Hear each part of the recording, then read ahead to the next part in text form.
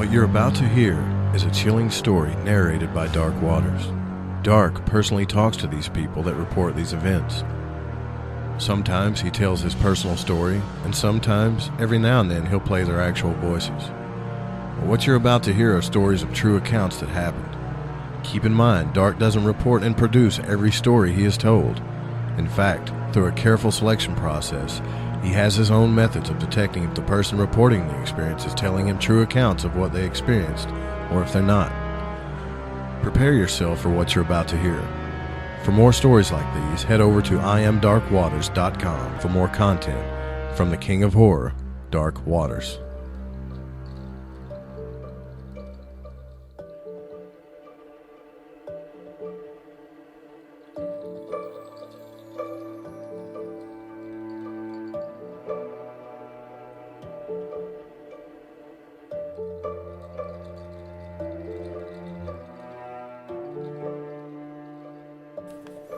Listen, I've been hunting on our family property my whole life. My grandfather started teaching me when I was 12 years old. And God knows, I've seen some weird stuff. Strange lights in the sky before sunrise. Black cats that people said did not even exist.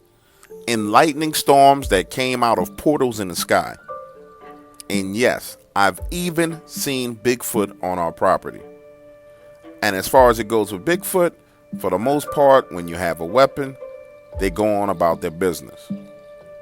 But this creature I saw early one Saturday morning was nothing like anything I had ever seen before.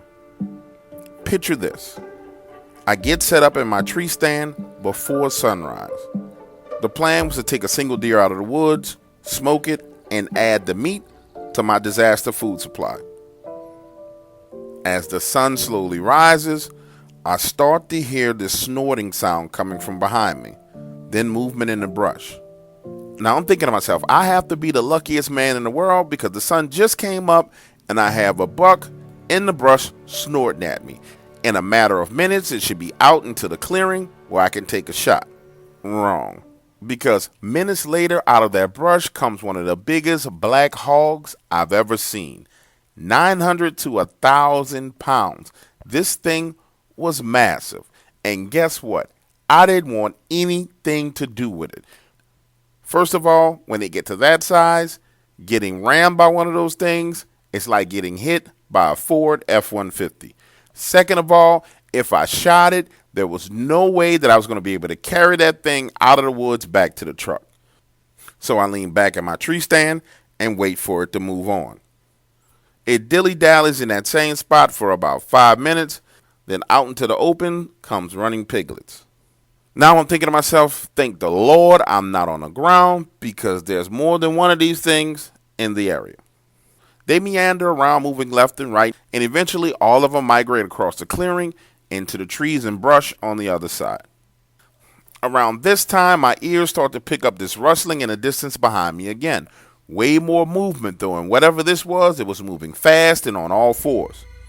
Seconds later, and I'm talking about 1, 2, 3, 4, 5, this giant freaking black wolf, and that's exactly what this thing looked like, comes flying by the tree right beneath me, heading into the clearing.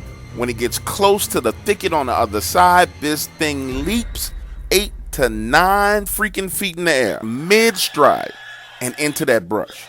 Next thing you know, the piglets are squealing, screaming, and squirming and running back out into the clearing, and that 900-pound hog is squealing. What's up, ladies and gentlemen? It's your boy, Dark Waters. We're going down a rabbit hole. You're going to enjoy what's coming your way.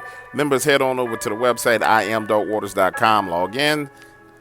The next story coming after this is, it's okay. It ain't really scary.